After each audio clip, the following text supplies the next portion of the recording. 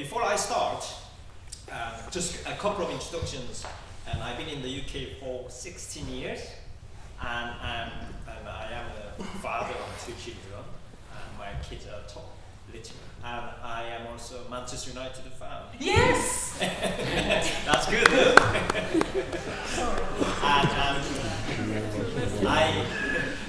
I expect all of you represent each country sitting here today.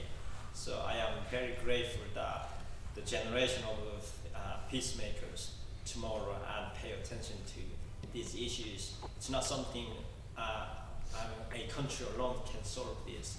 We all have to come harmonize, recognize, listen, and pragmatically facing through and solving the situation, issues we are facing through. But before I start, I want to start with this talk at the United Nations Human Rights sessions in Geneva I did in September. So I spoke as a victim at the United Nations. It's only 90 seconds, so we can watch this first.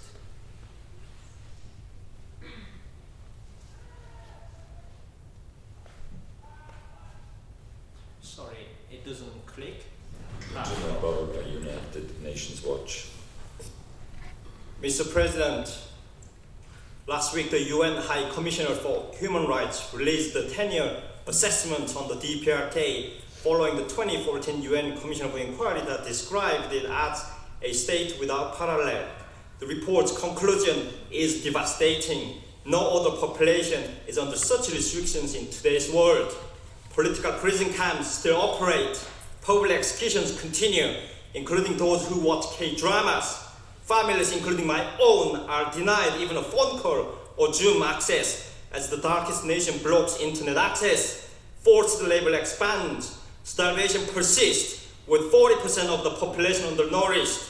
Meanwhile, munitions and troops are sent to support Russia's illegal war against Ukraine. And China continues to forcibly repatriate North Korean escapees, sending them to gulags, torture, even executions. I'm among the few who survived through multiple escapes and imprisonment in China and North Korea DPRK before finally settling in the UK. I have seen public executions, prisoners dying under torture, and children starving to death. Those are not history, they are happening today. So I ask Mr. President, how many more years must my people endure suffering, persecution, and injustice under such oppressive rule when it has already lasted for over 75 years? I thank you. Within 90 seconds, you heard many issues. But before I start, I also want to emphasize that here I focus on very basic human rights, freedom of speech, expression, and freedom of religion and opportunity. And that's human nature. From the day we were born, we meant to have, the government meant to protect and provide with the safe environment families can actively involve in these activities. But once that is denied, you and I, as a citizen of the world, we have obligation to raise our voice against our political groups, leaders, when it is wrongly going on. And I focus on my talk here, 3 things. As you, Mr. Love, emphasized your school slogans: truth, beauty, goodness. And if I highlight you what is truth, I would say reject every kind of evil.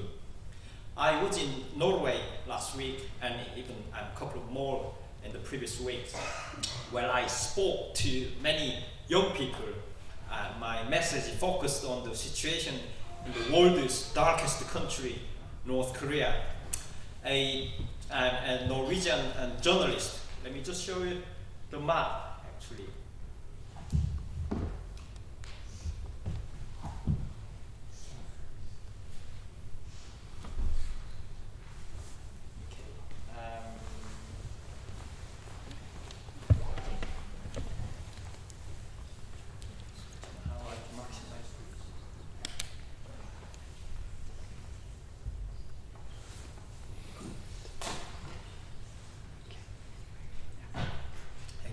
So you can see when I mention here world's darkest country, is North Korea.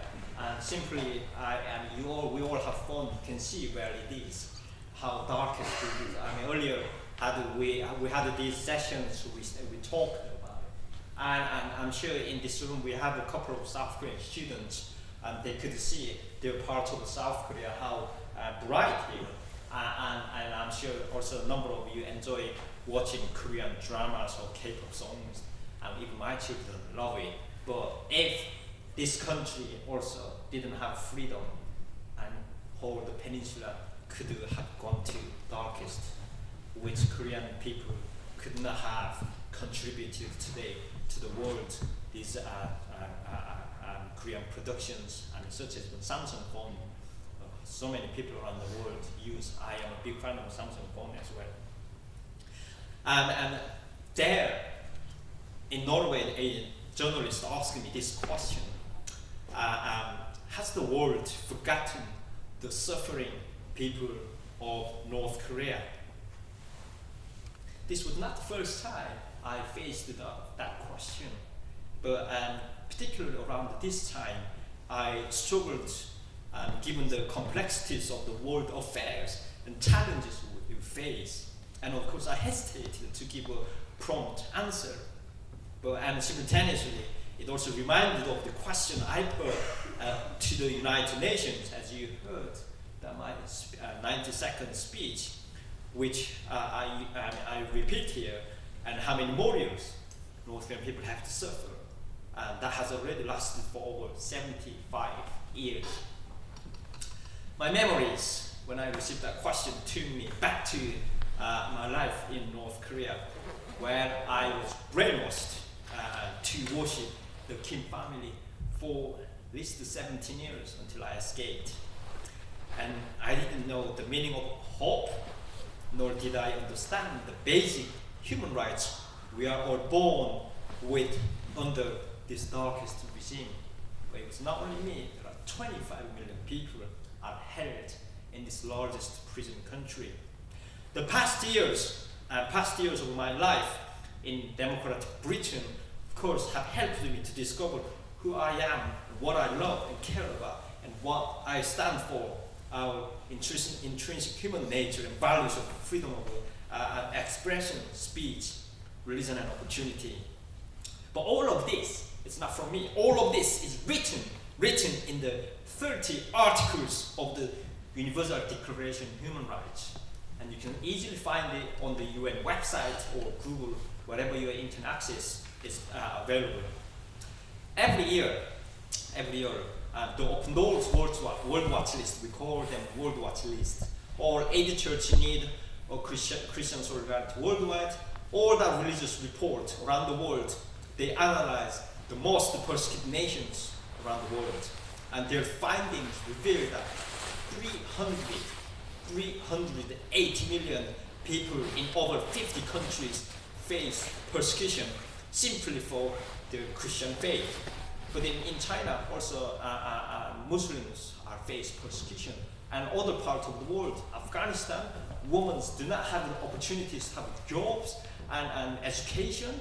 And you know these situations in around some Middle Eastern countries and the world. Among the top worst countries, I'm talking about the top, what we so-called the worst countries, what's happening around. And North Korea has been ranked #1 for over 20 years. So North Korea #1, the rest of 9 countries also. But North Korea has been there on top for 20 years. And it is noteworthy that while North Korea presents itself as an atheist state, a lot of us think North Korea is an atheist state, and a communist dictatorship, it has effectively created its own state religion centered of the Kim family. They control every aspect of life. And that's why earlier I said, I worship the Kim family. On 19th November, the UN General Assembly in New York adopted another resolution on the situation of human rights in the DPRK, and which I have the report here, and UN General Resolution Assembly resolution, and they put North Korea as the most human rights violating nation for 19 consecutive years. Similarly, the UN High Commissioner for Human Rights assessed the situation of North Korea and says that stage without parallel. The latest report concludes that no other population is under such restriction in today's world. So I have two reports from the United Nations, UN Human Rights Council Assembly report, UN High Commission report, all putting my home country is the worst country in the world. I feel really frustrated and I have to talk about this. And you heard in my speech, political prison camp still operate, public execution continue, and even those watch K-drama or listen to K-pop songs. Families and denied any phone call, Zoom access. There are no internet, no mobile phones, and no social media in this country. And starvation persists. I shared, some of you heard this afternoon. There are, in this country, there's only one TV channel in North Korea. And if you buy a TV in North Korea, the government come to us, they take all channels out. They leave only one channel. So whenever you switch on that TV, the TV always talk about the Kim family. And within the country, wherever you want to travel within the country, you have no access freely. You have to get government permission. Or if you want to travel Pyongyang, as you can see, tiny light, that's capital city of North Korea. If you want to travel there, you have to apply for a visa even within the country. It takes sometimes 6 months or sometimes even denied. And if you watch, earlier I shared, if you watch Hunger Games, that film, and in Hunger Games, every village and street is being controlled. North Korea has the same system. Every district, they have a controlling system, and someone who constantly monitor and watch around your neighbors. If anyone visited, your family members visited, and so all of a sudden that person comes to knock on their door and ask their purpose to visit there.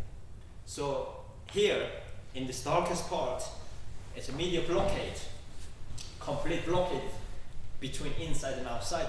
None materials from inside can go in, and from outside, or inside can come out, except people from our servers. So here is a UN report, thousands of us, we made testimonies.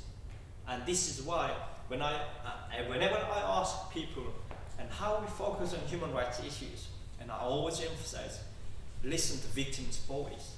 Victim, victim, and victim. The stories of testimonies that shapes the international relations in many ways. We were shut our mouth, our eyes blocked, our ears covered. This was the country I was born, and I did not know I was born in this country, deeply and entirely brainwashed. From very young age, I was taught to think, act, and speak, and sing as the regime dictated. What I remember of my experience living under this totalitarian regime was that I didn't know who I was, what choices I had, what I loved, or what my dreams were. There was one question this afternoon asked me, what was the most difficulties and challenges when I first arrived in the UK?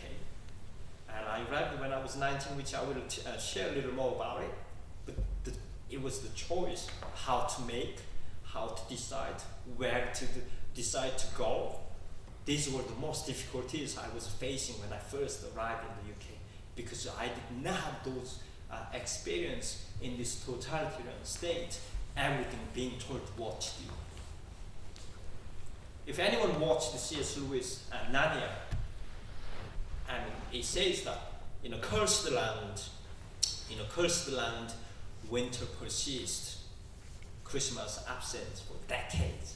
and this is exactly North Korea. Or if you read 1984, George Orwell's, this one day you may read, but when you read this book, you will be able to draw this picture of this country, why is it so darkest.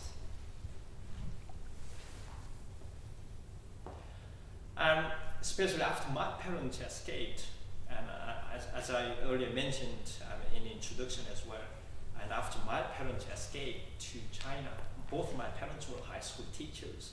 My father was a history teacher, my mom was a math teacher, and I grew up in a family respected and being loved. And until the moment when I came back from school and opening the door, and I was facing the frozen wind. Even your young age, your heart could feel it the moment your parents were no longer there. And that's the place I had breakfast with them. And in the afternoon, I realized they were gone. So one of the last times I saw my mother was waving on a train.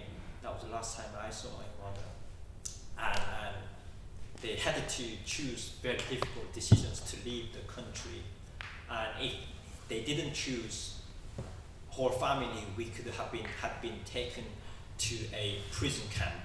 It meant to be whole family could be killed or would never able to come out. So they made decision that either one of us could survive or both of us could survive if we were lucky. And it was due to political persecution happened. And of course, following those years, I lived through anger and hatred and trauma, which it took me a while until who I become today, understand what means of why they had to make that difficult decisions. And I lived through as a homeless, and few years. So one of the my homeless life picture I testified at the UN was that one time I woke up at a train station and my friend and I felt our back was itching terribly. So we looked what was going on. When we opened our shirt, many bed bugs burrowed under our skin. And I'm sure you understand what bed bugs. They live at the wooden chairs. They drink blood. And we discovered them gone under the skin. So we had to kill them using needle and poke every bed bug inside the skin. And terribly blood was going through. But at the same time, we saw two children next to us, about 6 or 4, brother or sister could be holding their hands. They died of starvation next to us and looked so pale, and their bodies collected in the morning. This was one of the experiences I would never forget during my street life. And other times you try to survive everything what you do, eat sometimes grass or raw vegetables entering to someone's farm, or entering even a sweetcorn farm. Eating sweetcorn was not done properly, and you have terrible diarrhea. You cannot even walk up properly. This was one of the survival process and challenges, but I survived through it. I did, and a number of friends I lost. But on the painful part was that age 17, from age 10 to all the way through 17, I couldn't able to attend school. I never realized I couldn't go to school, but when I realized after my parents escaped, and they told me, you are enemy class, and I was being fingered by everyone in my classroom when I went to school, and everyone's talking about. And so from that moment, I lost to go to education. And this was one of the difficult parts. I had to practice my Korean language on the floor with a stick. And then when I reached age 17, I still believed North Korea was one of the best country and led by the Kim family because we were brainwashed. And when I talk about brainwashing, some of you may not understand properly, but let me take this quick picture of that. Age 7, the first Kim died. In this country, there are 3 Kims, you know that. Now there is a young Kim, Kim Jong-un, his name, and he's got very funny haircut style. But any boys, if you try to have a haircut like him, you would end up in prison in North Korea. When I was 7, the first Kim died, and I cried terribly because I thought my God died, and I did ask my father, "Father, are we all going to die because our God died?" And my father told him, "No, he's not died. He lives in our heart eternally. Now we follow his son and the second king." So they portrayed even story when the second king was born, the giant star appeared above his house, and they portrayed the story of Jesus itself. So we were singing of the kings, and particularly throughout Christmas period. There are no Christmas exists in North Korea, but it's purely about they sing for the king family. So 2 kings did not died. They are in the glass containers in North Korea, and they look like sleeping. So if foreign leaders visiting there, and they take you there, and they ask you to give respect to those dead bodies, they spend huge amount of money to show they look like not died. This was what brainwashing part. Think that Kim was as your God. I genuinely believed. So that's why when I was 17, although my parents escaped, I was not able to attend even education. I still somewhere in belief of this system, they may give me opportunity. And I tried to join the army in North Korea. No, the officer told me, "You cannot join the army. Every man has to join the army for 10 years in North Korea." But this was denied because my father betrayed the country. And I was thinking that moment, if I married in North Korea, had children, my children would be born with that crime child. So they would be born with a son of or daughter of a traitor, and they would be discriminated from the day they were born. So I was already thinking of myself, what future might be ahead, despite I had no idea what outside might be look like when I made decision to escape to China. And certainly, if you try to go to South Korea, that's such easier. It's just a very close distance. You could drive a couple of hours, but it's the most heavily militarized zone. Millions of landmines buried on the border, and the only way you can try to cross the border to China.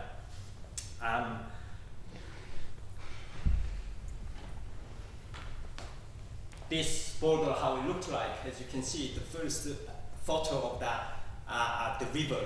Some path can be wide, some path narrow and short, but depends on which way you path. And I was 17, it was May, and decided to escape to China, so crossed the border with 4 people. And after I crossed the border to China, I saw a light was spinning from far away distance, and I walked towards the light. When I arrived there, it was the Chinese market.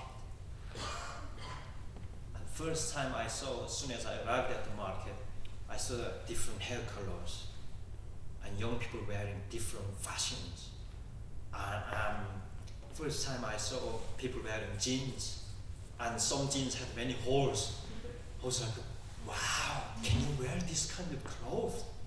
Because everything of these opportunities and what to wear, what kind of hairstyle to have, and what you can see is very minimized and banned totally inside North Korea. You don't see it's people wearing jeans in North Korea. I mean, I still have the trauma wearing jeans. I wear a trouser. But this is a funny part of it. And also then I was standing on the market thinking of that. Wow, the best country I taught, and best leaders leading this country. And this picture was giving me a lot of question mark itself. So that was my first experience arriving in China.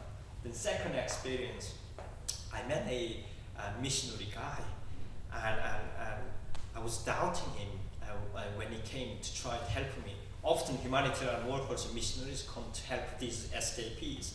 It's very dangerous for them to do that.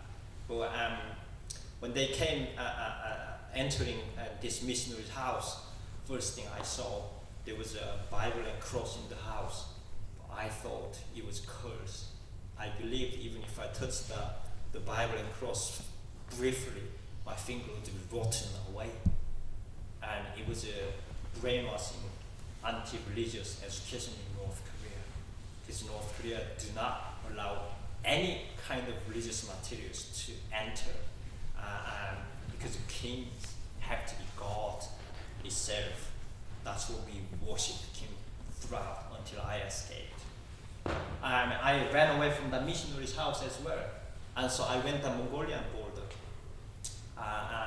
Because we have to cross border into several countries until we arrive in South Korea. Once we go South Korea, often you get qualified as a Korean citizen because South Korea has a one Korea policy, but it's very difficult to get to South Korea. And there at the Mongolian border, you can see the boys running, and it's a film picture I covered there, but that's what Mongolian border looked like. We were 17, I met 17 people there, and we were 18 people, and youngest were 4 and 6 years old. And we tried to cross into border, and before we did, we were arrested by Chinese military, and we were sent back to North Korea. And I couldn't find the exact picture of North Korean prison I experienced, but I saw a little bit similar of that picture on the internet, which I put it on there. And this was I never forget the experience I had in this prison cell in North Korea. I was only able to compare this picture when I visited here, Auschwitz concentration camp. I visited in July, and I literally was shaking when I went there. These shoes are children's shoes, actually. They were that size, only like that size. My 2-year-old boy wearing small sandal shoes. Hundreds of thousands of those shoe size were there, and that's what Hitler did in these concentration camps. But when I went to North Korea, I saw the similar conditions underground prison cells. Underground, I couldn't remember how many meters we went inside, and across the prison cells they were full of prisoners, and everyone looked terrified. And we didn't we were not allowed to call our names, but we were given specific numbers from 1 to 100. And just in my cell itself, I was cramped, about 50 inmates. Toilet was just next to us. We all put head down. We didn't have enough space to lie down. So I took a nap, sitting upright, leaning against the inmate behind me. And after a few hours, I had that feeling something was heavily pressing my back. And when I turned my head back, his body was falling. He died while he was leaning against my back. And he was tortured before I arrived there. And no medical treatment, obviously. And we were given 2 scoops of noodle soup. And it was the heaviest weight I ever felt in my life. We talk, we react, we smile, we cry when we move, but when we died, we don't move. And this trauma kept for many years. The man who died leaning against my back, and his body dragged out of the prison cell. And I trembled. I imagined I was going to be killed like him. And at night time, I could hear man and woman being tortured. They were screaming, they were asking and begging to leave. And some women who were pregnant in China returned to North Korea. The babies forcefully subjected to abort or kill them using sometimes physical violence or liquid, because they say you bring Chinese babies into Korea, you contaminate Korean blood. But these women were trafficked in China by crime groups. When they cross the border to China, often they have a price tag, 10, 20, 30, 40, 50. And I never thought I was able to walk out of that prison, but I was terribly treated. And by the time I left, I couldn't walk, I couldn't sit down. And they were eager to find out who helped me to get to Mongolian border in China while I couldn't speak Chinese. If they discovered, the North Korea sent secret agent, because one example of one Chinese pastor who used to help North Korean escapees. His body was cut into 3 pieces and hung on the cross in 2016. And there are more cases of it. And it was I still have questions when I walked out, but I was the only one who walked out of this prison while I left hundreds behind. And also 17 who I journeyed with them together, I left them behind. And second time, I had to cross the border. I didn't have I couldn't walk properly, so I asked my grandmother to help me to cross the border. So second time, I was holding a plastic container floating on this river, because I couldn't walk properly. And this lady who helped me cross the border, and she dragged me while I was drawn into water a couple of times, and she was hitting my head. Timothy, you have to survive. Perhaps, if you ask me why did I survive through all that process, one thing simple can tell you today. Perhaps there was a reason I survived for a purpose today. Because I survived, I could come to your school. I could tell you this story of testimony. And I managed the second escape, come to China. This time I did not go to Mongolian border, but I went to Shanghai American School. There's another American school in Shanghai. It's a beautiful city, and if you have an opportunity to visit Shanghai, it's a fantastic, beautiful city, and a long history itself has. And we couldn't go through the entrance. I met 8 North Korean women, and we were 9 of us. We went to school.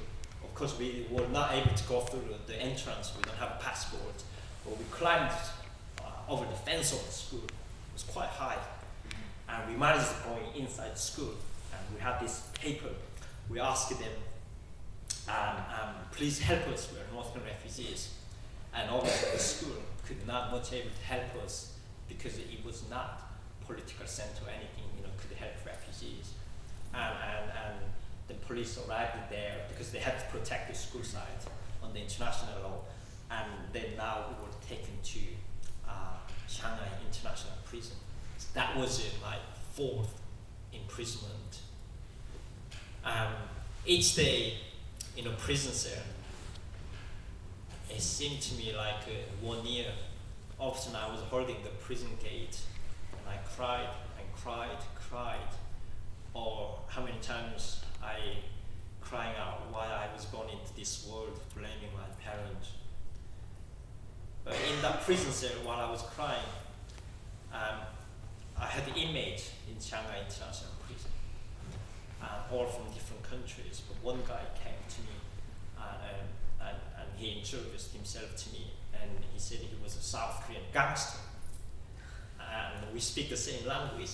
And he came and asked, why do you cry every night? We have a lot of questions for you here. And so I explained to him, and I would be killed when I sent back to North Korea. And he then shared my story with other inmates from other countries, and they were all shocked, first time seeing someone from North Korea in a prison cell. But then they also said that we're going to pray for you, all these people from different religion. And I was a little shocked. I didn't even know what prayer was those days. But then the gangster come and said, Timothy, maybe, how do you know if there is God in this world? If he is, he may give you, he may able to help you.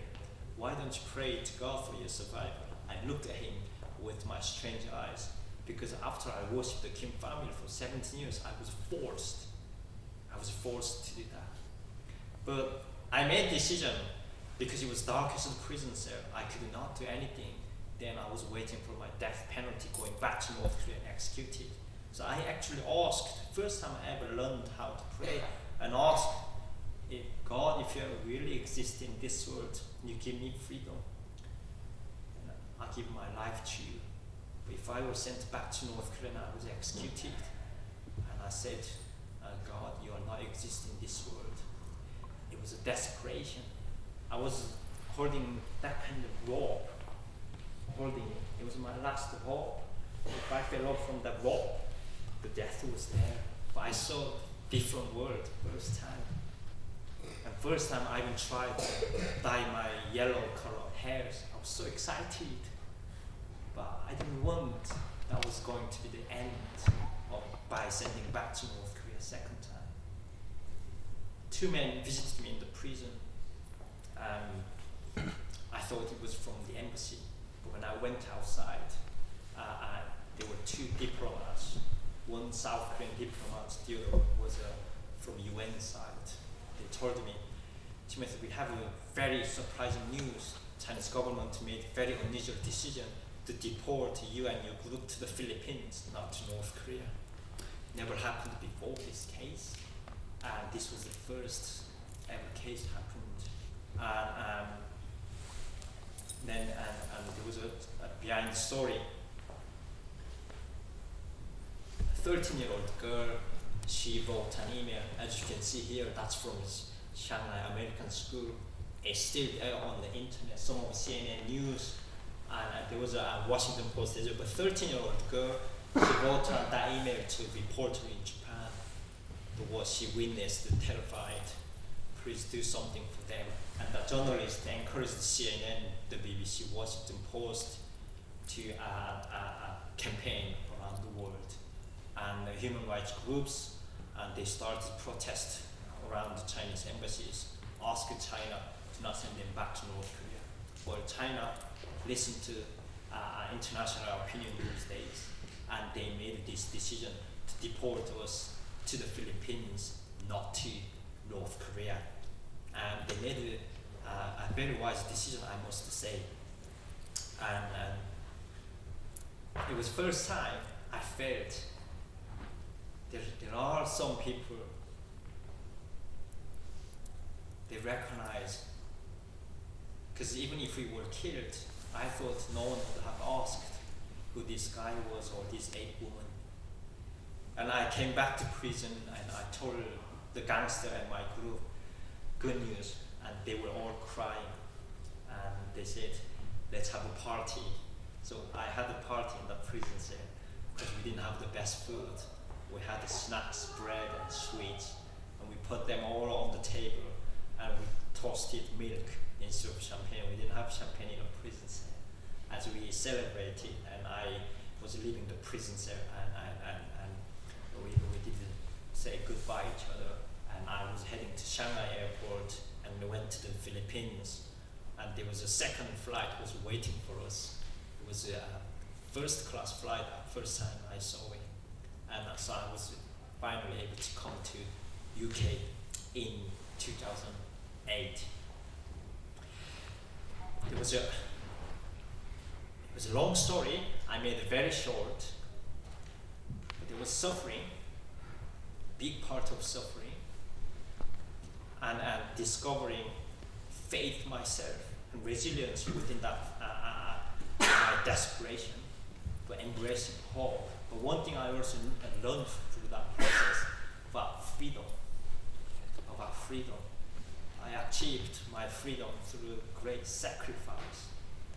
And how many times I was tearing down myself.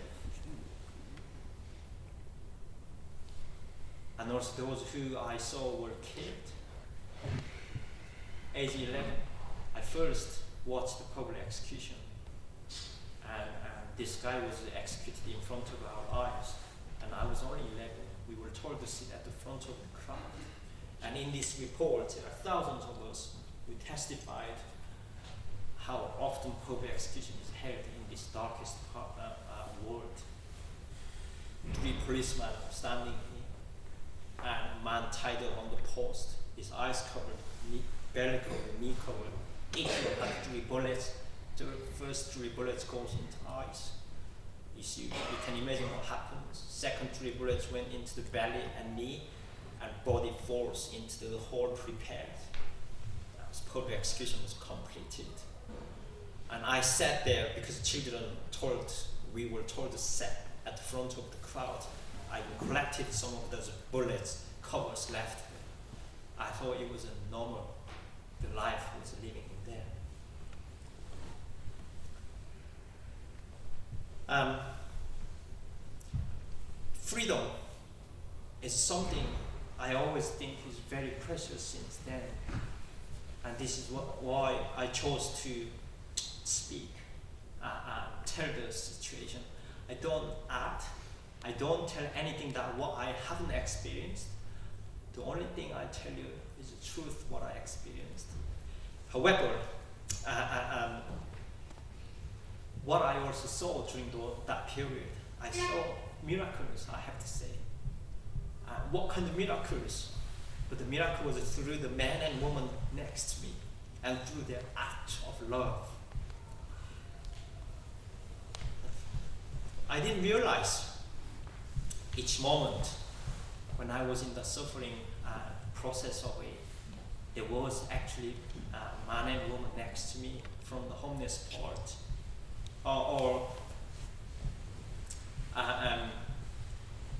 Later, my grandmother who took me an escaping journey, and 70 men and woman next to me, and the Christian missionary who approached, or the prison cell, inmates, diplomats.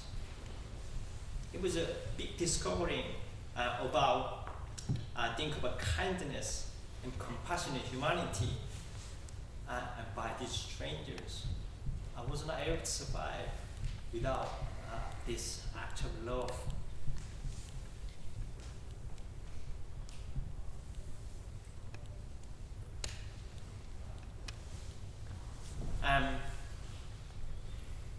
Those 16 years passed in the UK, and I was given huge opportunities, able to study and go to schools and universities and start working in Parliament. But at one point, there was also great suffering I was going through, because when I first arrived in the UK, I never thought I was going to talk about how I was born in North Korea. I even wanted to forget Korean language myself. And there was a trauma and anger and hatred was following, because the education I received from very young age, how to hate one another. And I didn't realize who I was at some point. And while I was going through this hatred and anger and trauma, every night I was wake up and I didn't realize where I was in a prison cell in North Korea, China, or running away. But then I was learning this, and I was holding this anger and hatred from the moment I was left by my own parents, and also the man in the North Korean prison cell who tortured me, or those men and children I saw, then some of them starved to death or killed. They kept on coming back to me.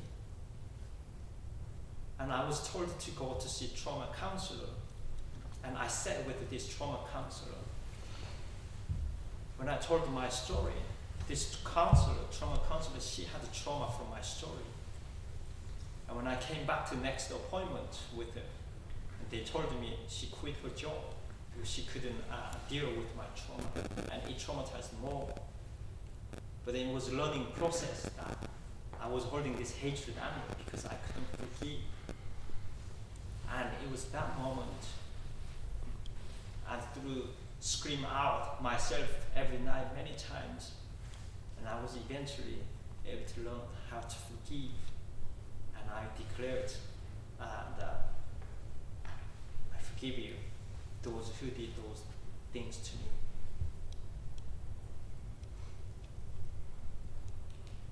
And from that moment, I was able to punch out the wave darkness of trauma.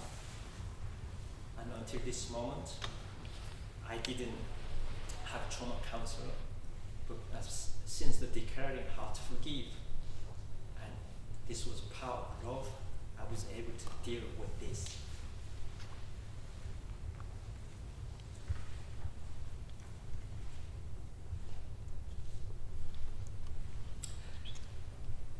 Let me go back to this question, the first I shared with you about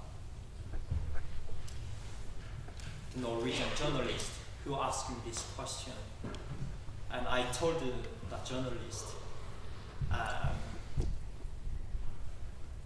the world has forgotten suffering people of North Korea.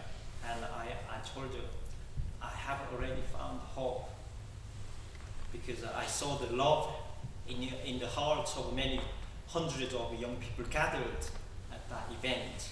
And I told her, the world hasn't forgotten, because that's why I was able to share that testimony to those many hundreds of young people. And that hope and love also I can see here today, that I was given this honorary invitation to come to one of the best schools in the world. And I am grateful to have this opportunity in Switzerland. And you are listening, and you are standing with me and other suffering people around the world. That gives the voiceless people of North Korea and the resilience to fight against the darkness and suppression. As you can see, I just put these pictures into one slide. And that was the only picture I had from North Korea. And the homeless boy, I just found the one on the internet. I put it on. It looked like me as well. But I no longer wear that clothes, as you can see. I have survived through by grace, blessing, and love where I'm standing here today. And 2 degrees I went, and these achievements I have. And I've been to the United Nations 5 times. And as a human rights activist and also political activist, I have been speaking to many people around the world, probably millions of, and many politicians, and many young people, churches, organizations. Wherever opportunity and platform I have, I come and I go, because of that human suffering is a part of our journey, but at the same time, why this suffering happening? But then how we were born to be loved. And who can tell us we are not good enough? Once we discover who we are, the love, the moment from, and we were born to be and having these equal opportunities. And that's all written, not by myself or by the school, but in the Universal Declaration of Human Rights Charters. Is all written there. One of the ancient prophets said this: where there is no vision, the people perish. The goodness of your heart, your school slogan is, and I must encourage you must have envision a better and more peaceful future for your nations and the world.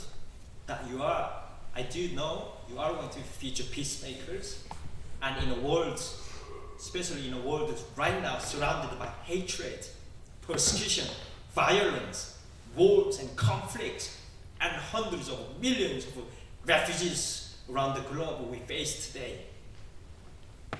And I do concern about these children who learn how to hate one another rather than love for others.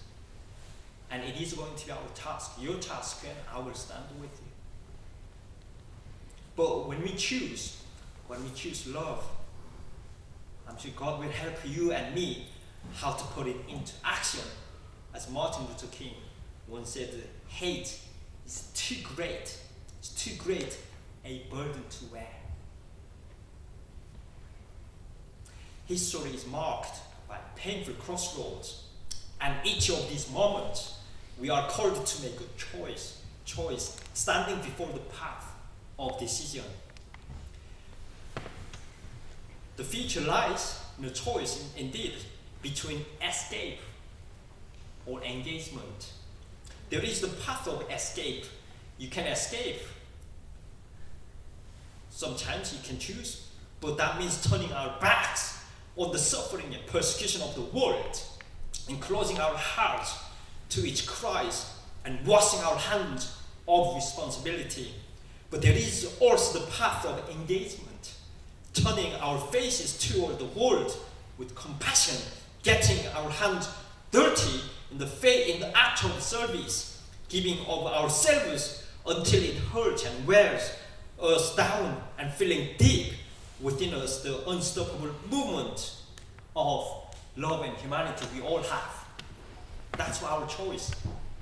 This is the path of justice and love, the path of standing with those who and those who suffer. I will conclude my talk by sharing the stories of two individuals whom I deeply respect for their choices in responding to this engagement. This man, I like him. His name was William Wilberforce. I don't know if you recognize him. He was a British politician in 1800, and he was also a devout Christian himself. Spent 40 years fighting to abolish the slave trade in Britain and around the world. When he first spoke out against the slave trade, many people mocked him, calling him a mad, crazy man, and some even threw bottles at him in anger. At that time, you can imagine 1800, slavery was an extremely sensitive issue, means deeply tied to the wealth and power of British bankers and aristocrats, all these wealthy. As this campaign continued, it brought great suffering and sacrifice, especially after the French Revolution in 1789. Some voices in Britain even claimed to him the abolition was impossible without a revolution similar to France. Despite internal divisions, internal divisions and conflicting opinions within the movement, Wilberforce held firmly to his faith and love. He rejected revolutionary violence and persevered in his campaign against slavery. Eventually, he saw the outcome of his work. The Slavery Abolition Act was passed through the British Parliament just 3 days after his death in 1833. His funeral was held as a state ceremony with great honor. Whole country honored him. That was one seemed an impossible task, was realized it was possible. And after 3 decades, in 1865, the United States Congress also passed abolition slavery. But we are still facing modern slavery around the world. And I even have this production report from North Korean prison camp, produced fake hairs, eyelid. Some of these even shipped all the way to European market. The second heroes, I respect him a lot. He was an activist. His name was Dietrich Bonhoeffer. Came to my mind during my visit to the Auschwitz prison camp. He refused to remain silent in the face of Hitler's evil persecution and the genocide of millions of people, believing that if we don't stand for something, we cannot stand for anything. The word he spoke before he was executed in a prison cell echo today after 80 years. Silence in the face of evil is itself evil. Silence in the face of evil is itself evil. God will not hold us guiltless. Not to speak is to speak. Not to act is to act.